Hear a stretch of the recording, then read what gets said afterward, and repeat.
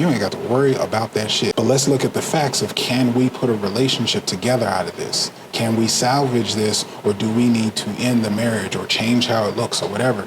That's the conversation. When feminine can get the feel of what is life in our village, because we've pointed to it a couple of times, if you're going to be a unit, how do we operate as one? Feminine is down for that shit.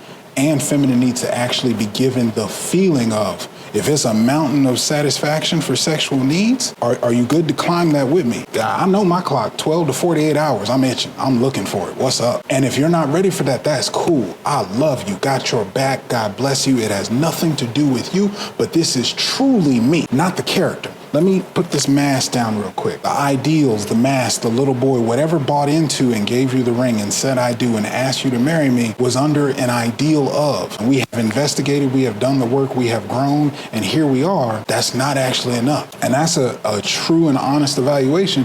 And the space, right? Flip it. We always say it. Masculine builds the house, feminine gonna paint the fucking walls. Start asking those fucking questions over there.